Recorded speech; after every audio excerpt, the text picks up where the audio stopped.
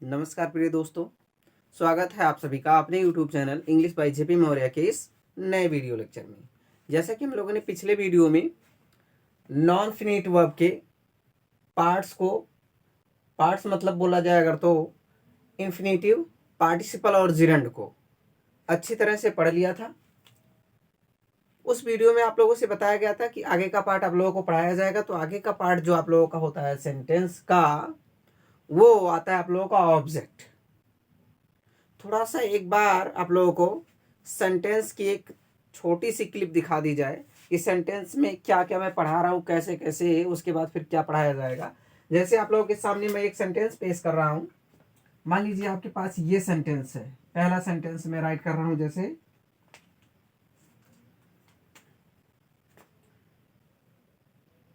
A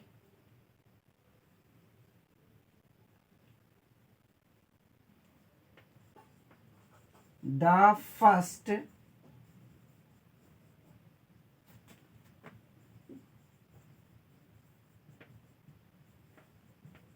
beautiful girl in the room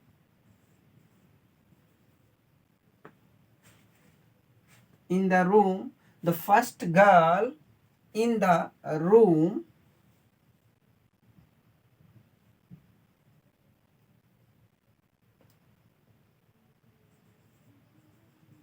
gave me a nice pen। ऐसा sentence अगर बना है तो इसमें क्या क्या हो सकता है। आप लोगों को सब्जेक्ट का सेंटेंस का दो पार्ट बताया गया था, सब्जेक्ट और प्रेडिकेट। तो आप लोगों के पास देखिए सब्जेक्ट ये टोटल यहां से लेके यहां तक है। आप लोगों को बताया गया था कि सब्जेक्ट के पास एक वर्ड होगा तो हेड वर्ड बोलोगे, दो वर्ड होगा क्वालिफायर हेड वर्ड होगा, अगर तीन वर्ड होगा सबसे पहला डिटर्मिनर होगा, उसके बाद में फिर आप लोगों का एडजेक्टिव हो जाएगा, उसके बाद में फिर आप लोगों का हेड वर्ड हो जाएगा। ऐसे करके बताया गया था ना, इस तरह से हो। उसके बाद में फिर आप लोगों का बताया गया था हेड वर्ड के बाद और वर्ब के पहले जो आएगा वो आप लोगों का एडजेक्टिवल फ्रेज होगा। ये चीज बताया गया था आप लोगों को। चलिए ठीक है। तो उसके बाद में फिर आप लोगों को प्रेडिकेटिव पार्ट में क्या क्या चीज आएगा ये चीज आप लोगों को बताया जा रहा था। अब ये आप लोगों का गेव वर्ब है और मी आप लोगों का क्या चीज है ये नहीं बताया गया है। उसके बाद में नाइस पेन क्या है वो चीज नहीं बताया गया आप लोगों को। तो आज इसी के बारे में हम लोगों को चर्चा करना है। ये आप लोगों ने अगर पढ़ा होगा अच्छी तरह से, ये आप लोगों का डिटरमिनर है। ये आप लोगों का आर्टिकल है, वो आर्टिकल डिटरमिनर में ही आर्टिकल आता है। और ये आप लोगों का कौन सा नंबर है, ऑर्डिनल नंबर है। ऑर्डिनल नंबर बताया गया था डेफिनेट एडजेक्टिव में आप लोगों को, है ना। उसके बाद में फिर ये आप लोगों का एडजेक्टिव हो जाएगा, एडजेक्टिव ऑफ क्वालिटी हो जाएगा। और ये आप लोगों का हेड वर्ड हो जाएगा। और ये आप लोगों का देखिए हेड वर्ड के ठीक बाद और वर्ब के ठीक पहले ये इतना आया है तो ये आप लोगों का एडजेक्टिवल फ्रेज हो जाएगा। उसके बाद फिर ये आप लोगों का वर्ब है, एक्शन दे रहा है। और आप लोगों का ये जो है ये ऑब्जेक्ट है। और आप लोगों का ये पेन जो है ये भी आप लोगों का ऑब्जेक्ट है। ठीक है, ये पेन अभी आप लोगों का ऑब्जेक्ट है। तो कौन सा ऑब्जेक्ट क्या है, कितने ऑब्जेक्ट होते हैं एक वाक्य में, ये सब चीज आप लोगों को बताया जाएगा। लेकिन ये चीज बताने से पहले आप लोगों को पहले बता दिया जाए ऑब्जेक्ट क्या चीज होता है।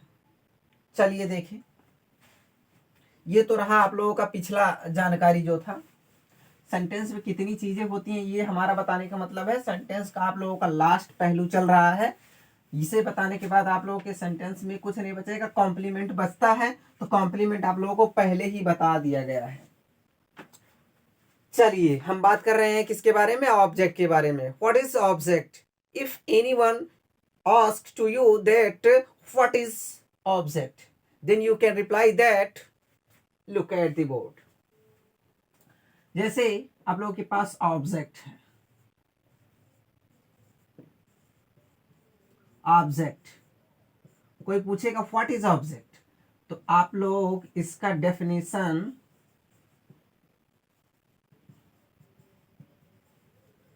डेफिनेशन आप लोग डायरेक्टली बोलना, the words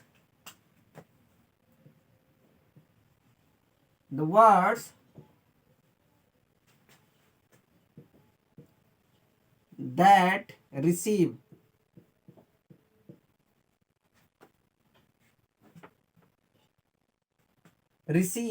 the words that receive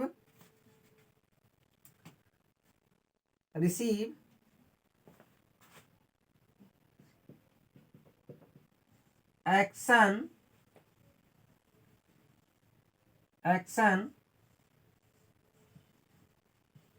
done by the subject.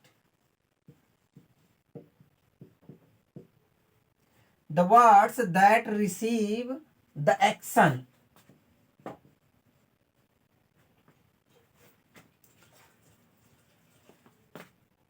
कह रहा है कि the words that receive the action done by the subject. इस तरह से मतलब इसका बताने के ये है कि द वर्ड्स दैट रिसीव, वह शब्द जो रिसीव करते हैं द एक्शन, कार्य को, done by the subject, subject के द्वारा किए गए, मतलब वह शब्द जो सब्जेक्ट के द्वारा किए गए कार्य को रिसीव करते हैं, ठीक है, वो आप लोगों के क्या कहलाते हैं, object, are called object.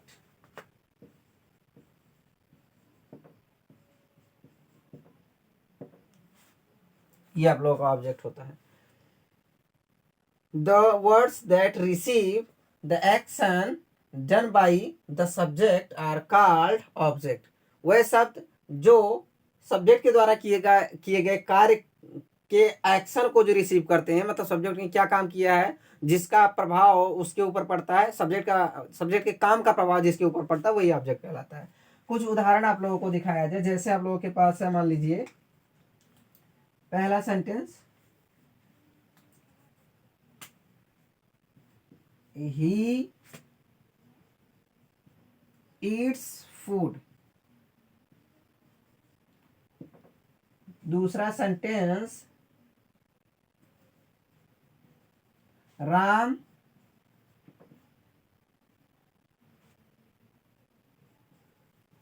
Kicked,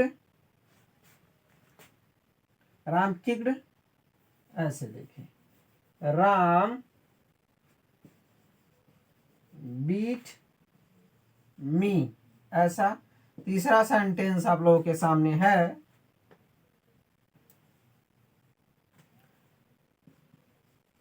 ही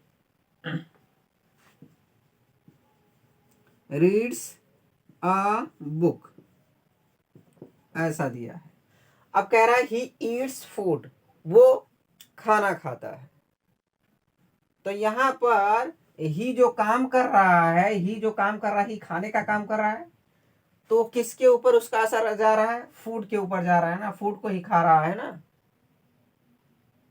तो ये फूड आप लोगों का ऑब्जेक्ट हो जाएगा। यहाँ पर सब्जेक्ट के द्वारा जो काम किया जाता है उसका असर जिसके ऊपर पड़ता है। राम बीट, राम ने पीटा। अब ये राम सब्जेक्ट है और ये पीटने का काम कर रहा है, तो राम के पीटने का असर किसके ऊपर पड़ रहा है, मी के ऊपर पड़ रहा है ना, मी को ही तो पीट रहा है राम, सब्जेक्ट है, तो ये आप लोगों का ऑब्जेक्ट हो जाएगा। तीसरा sentence, he reads a book, वह एक किताब पढ़ता है। अब जो ही है वो पढ़ने का काम कर रहा है, और पढ़ने का काम जब कर रहा है तो इस ही के पढ़ने का असर किसके ऊपर जा रहा है, किसके ऊपर जा रहा है, ए बुक के ऊपर जा रहा है ना, ए बुक को ही वो पढ़ तो रहा है, तो ये आप लोगों का हो जाएगा ऑब्जेक्ट। इस तरह से आप लोग ऑब्जेक्ट को पहचान सकते हो। और एक ट्रिक आप लोगों के पास है, आप लोग क्वेश्चन करोगे वर्ब से, आप लोग क्वेश्चन करोगे वर्ब से, व्हाट और या टू whom, ये वर्ब से व्हाट या और हुम, व्हाट यहाँ पर या कर दे रहे हैं, या टू हुम मतलब क्या, या टू हुम किसके लिए या किसको। ऐसा आप लोग अगर क्वेश्चन करोगे वर्ब से तो जो अगर कोई चीज आ जा रहा है उत्तर में तो वो आप लोगों का ऑब्जेक्ट होगा। जैसे ही ईट्स फूड, वह आम खाता है, तो ही ईट्स व्हाट, वह क्या खाता है, ही ईट्स व्हाट, वो क्या खाता है, तो आ जाएगा फूड। तो ये फूड आप लोगों का ऑब्जेक्ट हो जाएगा। राम बीट मी, कह रहा कि राम बीट मी, राम मुझे पीटता है, तो राम बीट व्हाट, राम क्या पीटता है, ये नहीं बन रहा है कि तो Ram beat to whom, Ram किसे पीटता है, तो आएगा मी, मुझे पीटता है, मी आप लोगों का ऑब्जेक्ट हो जाएगा। उसके बाद में इसी तरह से आप लोगों का हो सकता है ही रीड्स अ बुक, वह किताब पढ़ता है, तो बोलोगे ही रीड्स व्हाट, वो क्या पढ़ता है, तो ए बुक आंसर में आएगा, ऑब्जेक्ट हो जाएगा। इस तरह से आप लोग पहचान सकते हो। व्हाट लगाओगे तो आप लोगों के ऑब्जेक्ट का पता चलेगा, टू हुम लगाओगे तो भी ऑब्जेक्ट का पता चलेगा। ये आप लोगों का क्या हो जाएगा और ये आप लोगों का किसको, किसको या किसे, इस तरह से ये बोलेगा। ये चीज आप लोगों का हो गया। अब आप लोग देखेंगे कि ऑब्जेक्ट कितने तरह के होते हैं। मेनली दोस्तों ऑब्जेक्ट जो होते हैं वो दो तरह के होते हैं। देखिए कौन कौन से ऑब्जेक्ट होते हैं दो तरह के।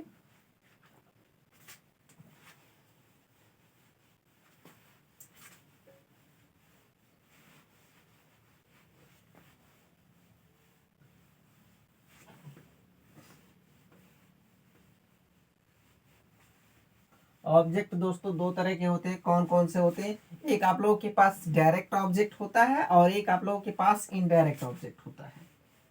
तो सबसे पहले आप लोगों को डायरेक्ट ऑब्जेक्ट बता दिया जाए।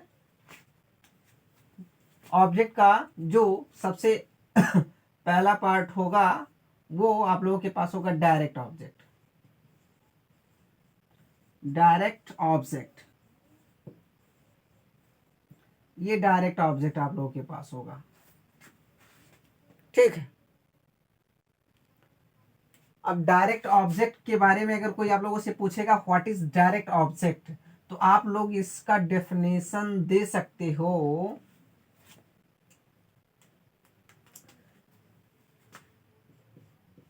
The words that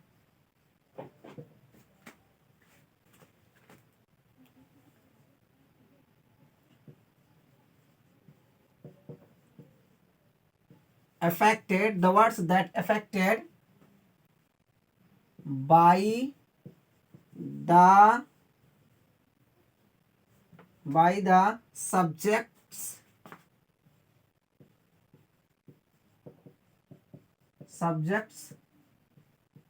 work directly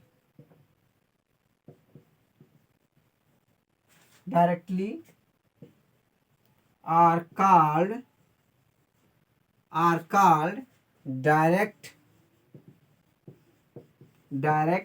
object. देखो the words that affected by the subjects work, यहां पर आप लोग गैप थोड़ा दें। ये the words that affected by the subjects work, मतलब वह शब्द जो सब्जेक्ट के काम से प्रभावित होते हैं। किस तरह से कह रहा कि डायरेक्टली, सीधे सब्जेक्ट के काम से सीधे सीधे प्रभावित होते हैं, आर कॉल्ड डायरेक्ट ऑब्जेक्ट, वो डायरेक्ट ऑब्जेक्ट कहलाते हैं। देखिए किस तरह से, जैसे आप लोगों के पास पहला सेंटेंस है, मान लीजिए I kicked the ball, I kicked the ball, मैंने गेंद को ठोकर मार दिया। अब यहां पर देखें सब्जेक्ट कौन है, आई, और आई के काम का असर डायरेक्ट किसके ऊपर पड़ रहा है, डायरेक्ट किसके ऊपर, बाल के ऊपर पड़ रहा है, डायरेक्ट बाल को ठोकर मार रहा है ना। तो ये आप लोगों का जो होगा ये डायरेक्ट ऑब्जेक्ट हो जाएगा। और वैसे लोग कहते हैं कि ज्यादातर यदि चीजें नॉन लिविंग थिंग है तो वो डायरेक्ट ऑब्जेक्ट ही होता है, अगर चीजें लिविंग थिंग है तो वो इनडायरेक्ट ऑब्जेक्ट होता है। लेकिन हमेशा दोस्तों ऐसा नहीं होता है, लगभग 70% केसों में ऐसा होता है, बाकी 30% केसों में वो नहीं होता है, जो आप लोगों को अभी एग्जाम्पल दिखाया जाएगा। तो ये आप लोगों का देखा, आप लोगों ने आई किक्ड द बॉल, मैंने बाल को ठोकर मार दिया, तो यहाँ पर आप लोगों का द बॉल जो है ये आप लोगों का ऑब्जेक्ट हो गया, और कौन सा ऑब्जेक्ट है, डायरेक्ट ऑब्जेक्ट है, क्योंकि इसके ऊपर डायरेक्ट असर इसका पड़ा है। दूसरा ऐसे सेंटेंस आप लोगों का हो सकता है, दूसरा सेंटेंस आप लोगों के पास है, मान लीजिए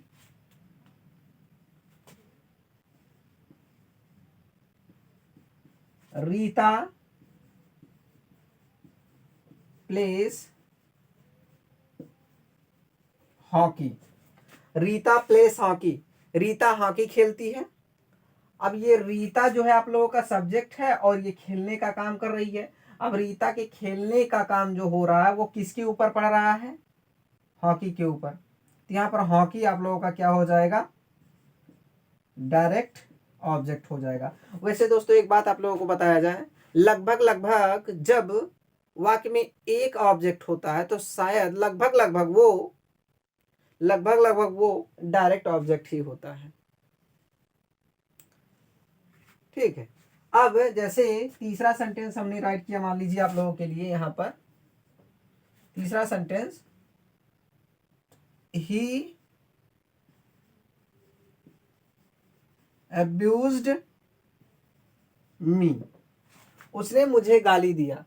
यहां पर आप लोगों का ही अब्यूज्ड मी, उसने मुझे गाली दिया, तो यहाँ पर आप लोगों का ही जो है अब्यूज करने का काम किया, गाली देने का काम किया है, और गाली का असर किसके ऊपर पड़ रहा है, मेरे ऊपर पड़ रहा है, मुझे ही तो गाली दे रहा है, तो ये आप लोगों का ऑब्जेक्ट हो जाएगा। लेकिन यहाँ पर ये दोस्तों आप लोगों का इनडायरेक्ट ऑब्जेक्ट है।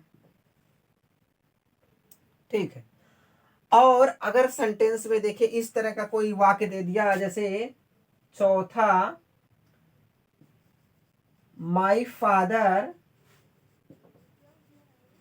फादर गेव मी, चलिए आप लोगों को पुनः बताते हैं, यहाँ पर चीजें अभी क्लियर नहीं हो पाएंगी क्योंकि आप लोगों के अक्षरों की घनिष्ठता ज्यादा हो जाएगी, लेटर्स वर्ड्स की घनिष्ठता ज्यादा हो जाएगी, तो समझ में नहीं आएगा। देखें, मैंने आप लोगों के सामने अगला सेंटेंस रखा, चौथा, he gave me uh pen, ऐसा करके लिखा गया है। पांचवा सेंटेंस हमने राइट किया दोस्तों, मान लीजिए my mother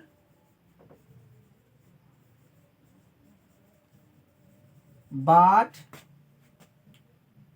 a pen for me. थोड़ा इन दोनों सेंटेंसेस पे गौर फरमाएं आप लोग। He gave me a pen, उसने मुझे एक कलम दिया।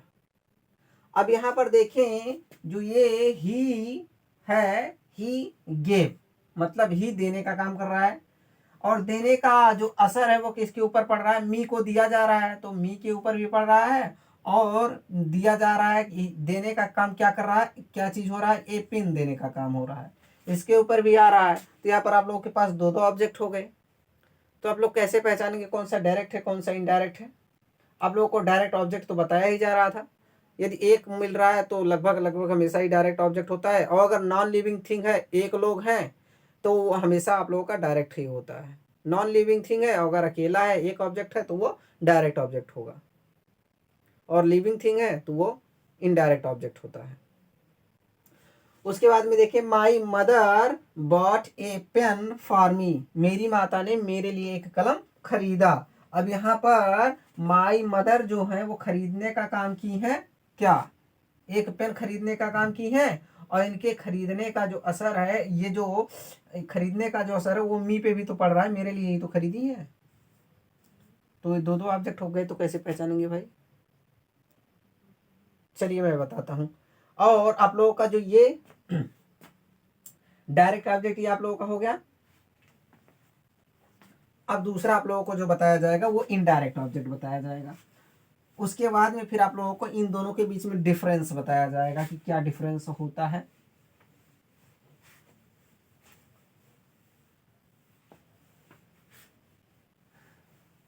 अब देखें आप लोगों का इनडायरेक्ट ऑब्जेक्ट क्या चीज हो सकता है, कैसे हो सकता है, इसमें डिफरेंस क्या है।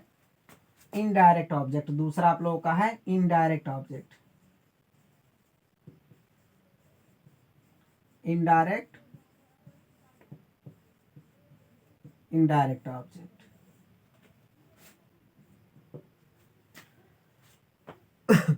अब इनडायरेक्ट ऑब्जेक्ट क्या चीज हो सकता है, वो डायरेक्टली काम को रिसीव कर रहा था और ये इनडायरेक्टली रिसीव करेगा, है ना।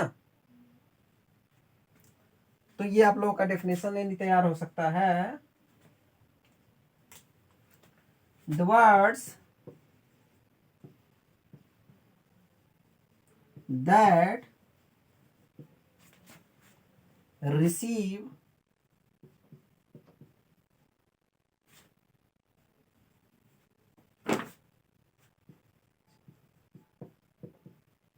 action performed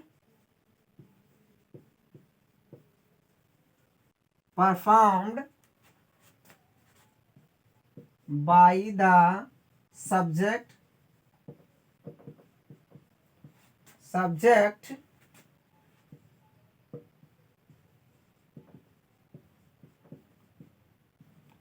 indirectly on itself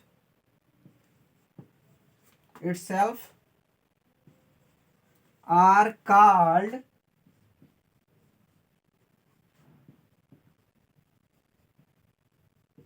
indirect object।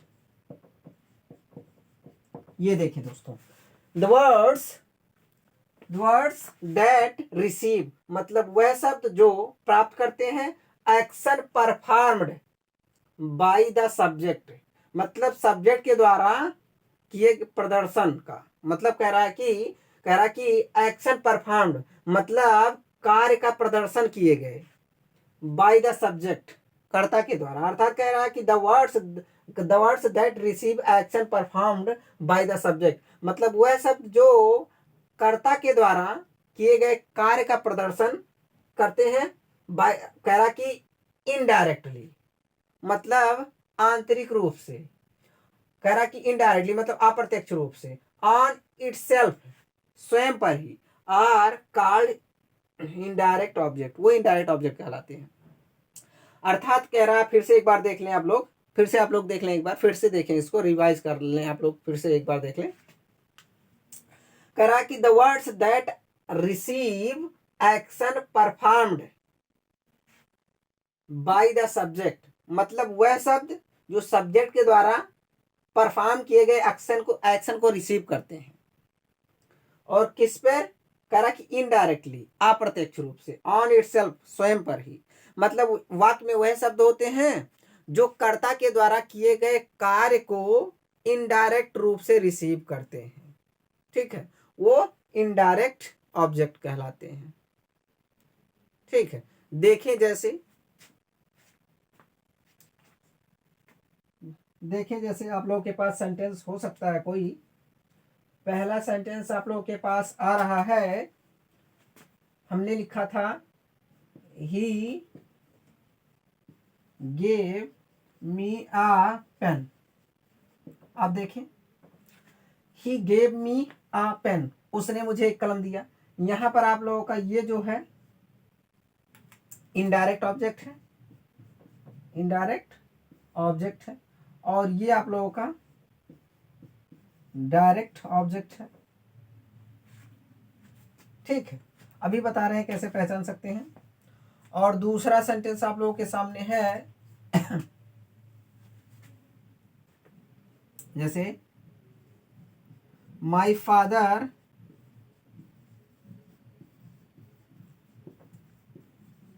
Bot me a car, मेरे पिताजी ने मेरे लिए एक कार खरीदा। यहां पर आप लोगों का मी जो है इनडायरेक्ट ऑब्जेक्ट है, और एक आर आप लोगों का डायरेक्ट ऑब्जेक्ट है।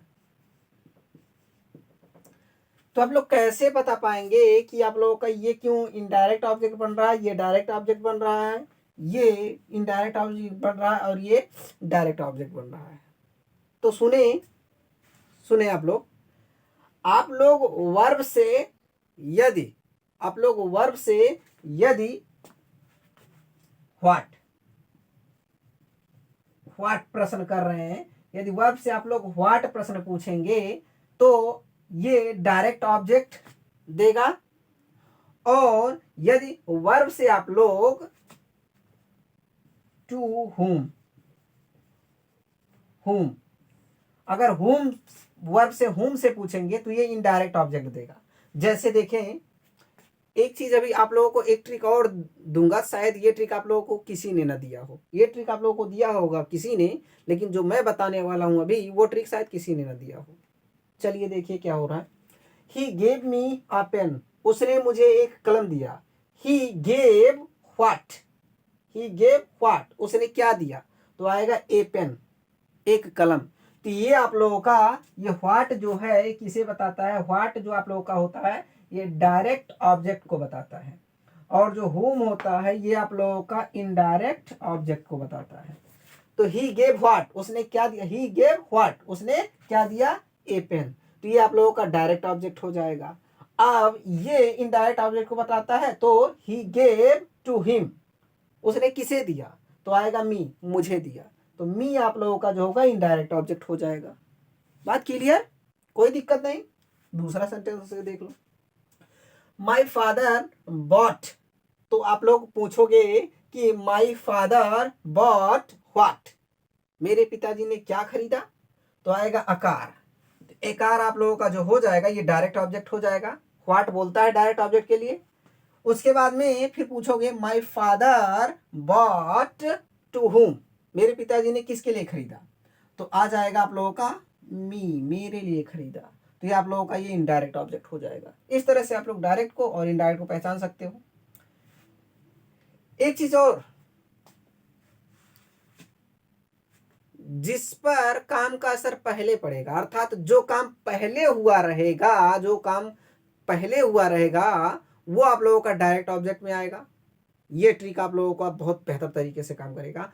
और जो काम आप लोगों का बाद में हुआ रहेगा वो आप लोगों का इनडायरेक्ट ऑब्जेक्ट में आ जाता है।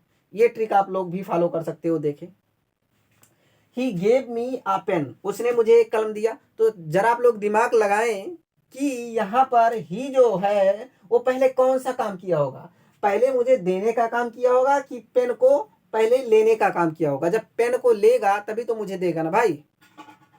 पेन को पहले लिया तो ये आप लोगों का डायरेक्ट ऑब्जेक्ट हो जाएगा, और फिर बाद में मुझे दिया ना, पहले जब लिया तो ये प्रत्यक्ष हो गया इसके लिए, और बाद में मुझे दिया तो ये अप्रत्यक्ष हो गया, इसलिए आप लोगों का ये इनडायरेक्ट हो जाएगा और ये डायरेक्ट हो जाएगा। इसमें भी आप लोग देखें,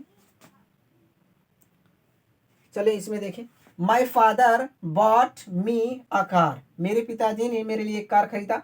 जब मेरे पिताजी पहले कार को खरीदे होंगे तभी तो मुझे देंगे, कि कार खरीदने से पहले मुझे देंगे, पहले खरीदने का काम किए होंगे ना, कार को खरीदने का काम किए होंगे, तो आप लोगों का ये कार आप लोगों का डायरेक्ट ऑब्जेक्ट हो जाएगा। उसके बाद में मुझे दिए है ना, तो बाद में जो हुआ है वो आप लोगों का इनडायरेक्ट ऑब्जेक्ट हो जाएगा, मी आप लोगों का इनडायरेक्ट ऑब्जेक्ट हो जाएगा। इस तरह से पहचान सकते हैं। एक ट्रिक और आप लोगों को देते हैं, चलिए सुन सकते हैं। देखें, जिसको कोई चीज दिया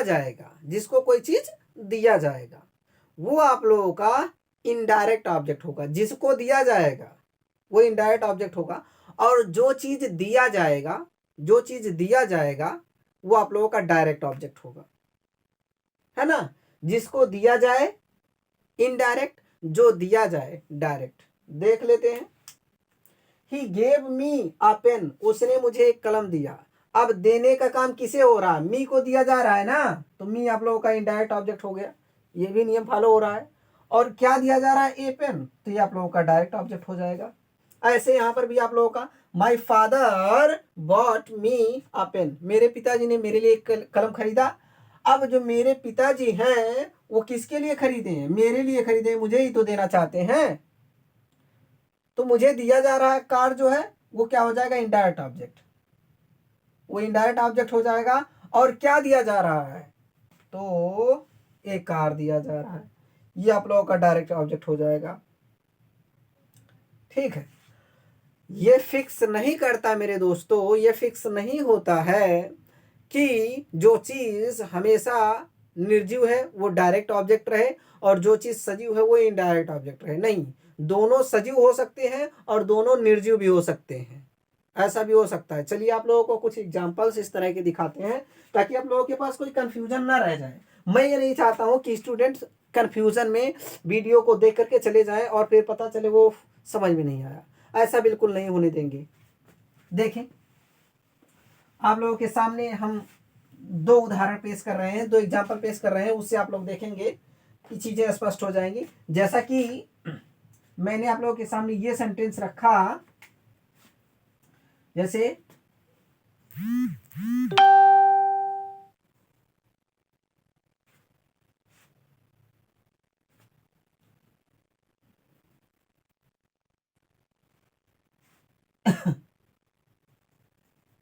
Sonam gave me a dog. Sonam gave me a dog.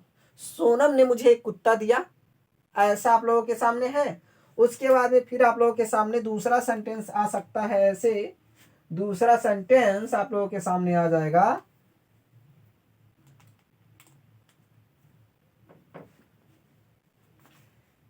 they gave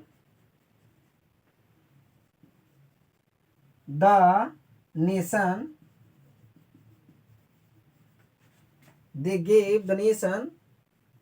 a new policy.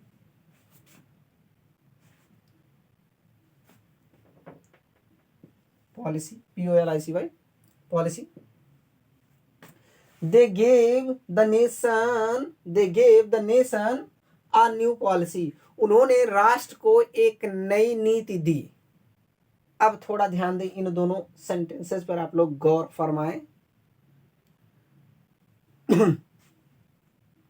Sonam gave me a dog, Sonam ने मुझे एक कुत्ता दिया।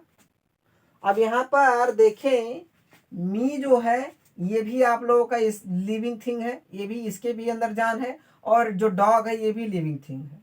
तो आप लोग कैसे पहचानोगे? आप लोग अगर रट ले रहे हो कि जो लिविंग है इनडायरेक्ट, जो नॉन लिविंग है वो डायरेक्ट, तो यहाँ पर तो आप लोगों का नियम फ्लॉप हो जाएगा ना भैया। तो दूसरा नियम लगाओ, व्हाट और हुम वाला। व्हाट आए तो डायरेक्ट, हुम आए तो इनडायरेक्ट। चलो देखते हैं, सोनम गेव व्हाट, सोनम ने क्या दिया? तो आप लोगों के पास फ्रैक से आंसर आएगा भैया, ए डॉग, एक कुत्ता दिया। और फिर हुम लगाते हैं, सोनम गेव हुम, सोनम ने किसे दिया? तो मी, मुझे दिया।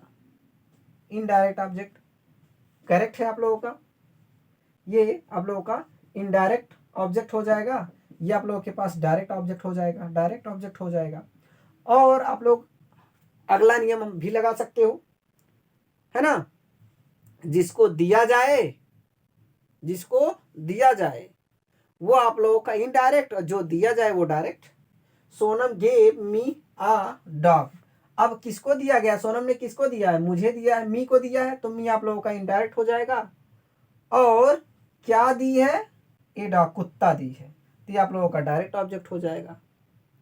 चलिए और एक चीज लगाते हैं, अगला नियम जो हमने बताया था, जो काम पहले हो, Sonam gave me a dog, Sonam ने मुझे एक कुत्ता दिया। तो सोनम पहले कौन सा काम की होगी? पहले कुत्ते को ली होगी, पहले उठाई होगी, उसके बाद में ही मुझे देगी। तो पहले कुत्ते को लेने का काम किया है ना, तो ये आप लोगों का डायरेक्ट ऑब्जेक्ट हो जाएगा। बाद में मुझे देने का काम हुआ है तो ये इनडायरेक्ट हो जाएगा। ऐसे दूसरे सेंटेंस को भी फॉलो करो भाई। They gave the nation a new policy, उन्होंने राष्ट्र को एक नई नीति दी। अब थोड़ा ध्यान दें, अब थोड़ा आप लोग ध्यान दें, यहाँ पर आप लोगों का ये सब्जेक्ट है, ये वर्ब है, और आप लोगों का द नेशन ये आप लोगों का ऑब्जेक्ट है, और आप लोगों का ये भी है पॉलिसी, ये भी आप लोगों का ऑब्जेक्ट हो जाएगा, है ना। तो आप लोगों का जब ये ऑब्जेक्ट है भैया, तो ये भी ऑब्जेक्ट है। थोड़ा ध्यान दें, आप लोग कहते हैं भैया अगर जीवित प्राणी है तो इनडायरेक्ट ऑब्जेक्ट है, और अगर जीवित प्राणी नहीं है तो भैया डायरेक्ट ऑब्जेक्ट है। थोड़ा इन पे गौर फरमाओ भाई। द नेशन आप लोगों का इसमें भी जान नहीं है, और आप लोगों का पॉलिसी इसमें भी तो जान नहीं है, तो दोनों तो आप लोगों का इनडायरेक्ट ऑब्जेक्ट हो जाएगा। वैसा नहीं होता, दोनों इनडायरेक्ट ऑब्जेक्ट नहीं होगा। तो आप लोगों का फार्मूला यहाँ पर पहला फार्मूला गलत हो जाएगा, लिविंग और नॉन लिविंग वाला। अब यहाँ पर दूसरा फार्मूला लगाओ, जिसे दिया जाए इनडायरेक्ट, जो दिया जाए वो डायरेक्ट। और व्हाट या हुम लगाओ। दे गेव व्हाट, उन्होंने क्या दिया, पॉलिसी, नीति दिया। तो ये आप लोगों का क्या हो जाएगा, ये आप लोगों का क्या हो जाएगा, ऑब्जेक्ट हो जाएगा। और कौन सा, डायरेक्ट ऑब्जेक्ट हो जाएगा। और दे गेव टू हुम, उन्होंने किसे दिया, द नेशन, राष्ट्र को दिया। तो ये आप लोगों का क्या हो जाएगा, इनडायरेक्ट ऑब्जेक्ट हो जाएगा। और अगला मेथड लगाना चाहो तो वो भी लगा सकते हो, जिसे दिया जाए इनडायरेक्ट, जो दिया जाए direct. They gave the nation, उन्होंने राष्ट्र को दिया। किसे देने का काम किया गया, राष्ट्र को देने का काम किया गया है, तो इनडायरेक्ट ऑब्जेक्ट। और क्या दिया गया है, ये न्यू पॉलिसी, नई नीति दी गई है। तो आप लोगों का नीति क्या हो जाएगा, दिया नीति गया है, तो आप लोग का डायरेक्ट ऑब्जेक्ट। इस तरह से आप लोग डायरेक्ट और इनडायरेक्ट ऑब्जेक्ट वेरी सिंपली पहचान सकते हैं, कोई दिक्कत नहीं होनी चाहिए आप लोगों को। मैं समझता हूं कि अब इसके बाद थोड़ा सा एक चीज और आप लोगों को बता दिया जाए, ये जो ऑब्जेक्ट होते हैं और जो कॉम्प्लीमेंट होते हैं, इनके बीच में भी डिफरेंस होता है। वो चीज़ आप लोगों को आगे बताया जाएगा, कोई दिक्कत नहीं होगा। और एक चीज़ ध्यान रखें, ऑब्जेक्ट या सब्जेक्ट का काम इन्फिनेटिव भी कर सकता है और जिरंड भी कर सकता है। आप लोगों को आगे इन्फिनेटिव और जिरंड बताया गया। पार्टिसिपल नहीं कर सकता, इन्फिनेटिव और जिरंड भी कर सकता है, ठीक है। चलिए देखिए, और ऑब्जेक्ट का काम भैया नाउन भी कर सकता है, ये ध्यान रखना। प्रोनाउन ही सिर्फ नहीं करेगा, अभी आप लोगों को दिखा रहे हैं। जैसे आप लोगों के सामने कंडीशनल सेंटेंसेस जब रखे जा रहे हैं, देखिए ऐसे मान लीजिए आपके पास पहला सेंटेंस, आई सा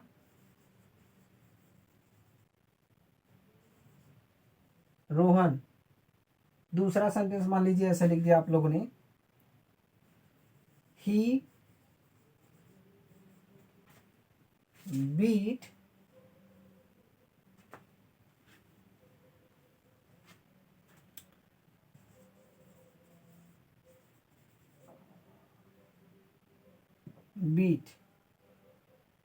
ठीक है, ही बीट रोहन, सॉरी श्याम। अब देखें, आई सा रोहन, मैंने रोहन को देखा।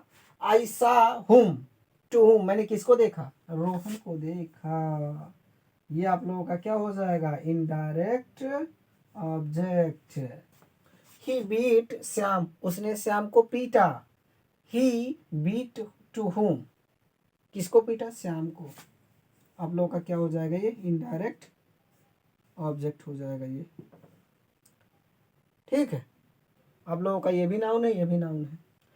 अगला जो कंडीशनल सेंटेंस है वो आप लोगों के पास जीएंड वाला है और इन्फिनेटिव वाला है। ये दोनों सब्जेक्ट और ऑब्जेक्ट का काम कर सकते हैं, है ना। देखिए इनका सेंटेंस कैसे बन सकता है। आप लोगों के सामने हमने सेंटेंस रखा, जैसे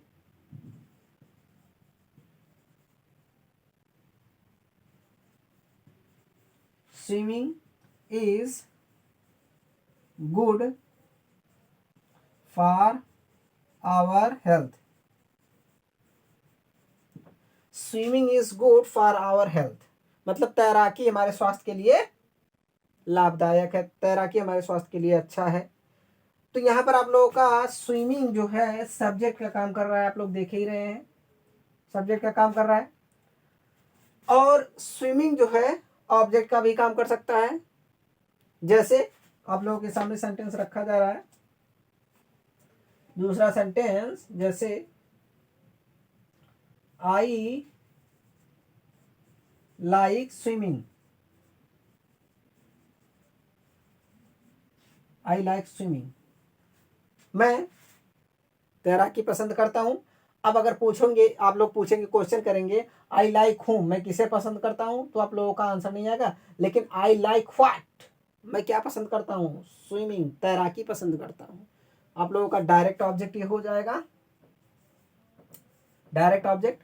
इसी तरह से आप लोग इन्फिनिटिव को भी सब्जेक्ट और ऑब्जेक्ट में बना सकते हैं। इसको जैसे आप लोग लिखना चाहें तो आप लोग लिख सकते हो to swim, to swim is good for our health, मतलब तैरना, वही बात हुआ, तैरना स्वास्थ्य के लिए अच्छा होता है। ये आप लोगों का यहाँ पर सब्जेक्टिव केस में है। टू स्विम, टू लगा है, वो आपके फर्स्ट फॉर्म में इन्फिनेटिव हो गया, पहले बताया गया आप लोगों को। अब इसको ऑब्जेक्ट बनाना है तो ऐसे बना सकते हो, I like to swim, I like swim, इस तरह से मैं तैरना पसंद करता हूं। अब आई लाइक व्हाट, मैं क्या पसंद करता हूं, टू स्विम, तैरना। तो ये आप लोगों का हो जाएगा ऑब्जेक्ट, और कौन सा ऑब्जेक्ट, डायरेक्ट ऑब्जेक्ट हो जाएगा। इस तरह से आप चीजों को पहचान सकते हैं बहुत ही बेहतर तरीके से, बहुत ही आसान तरीके से।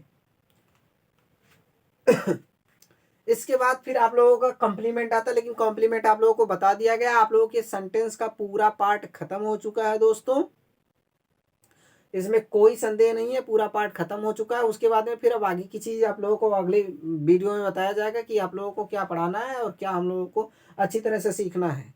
तब तक के लिए दोस्तों आप लोगों से विदा चाहते हैं, लेकिन विदा लेने से पहले आप लोगों से एक रिक्वेस्ट है, एक गुजारिश है। यदि आप लोग कहीं से भी देख रहे हैं तो कमेंट में जरूर बताएं कि आप लोग कहाँ से देख रहे हैं, और वीडियो को यदि अच्छा लगे तो लाइक करें और बटन को सब्सक्राइब कर लें और लोगों में शेयर कर दें, ताकि अन्य लोगों को भी इस वीडियो के माध्यम से मदद मिल पाए। ठीक है, चलिए फिर मिलते हैं अगले वीडियो में नए जोश, नए अंदाज और नए उमंग के साथ। तब तक के लिए आप लोगों से जय हिंद, जय भारत, वंदे मातरम।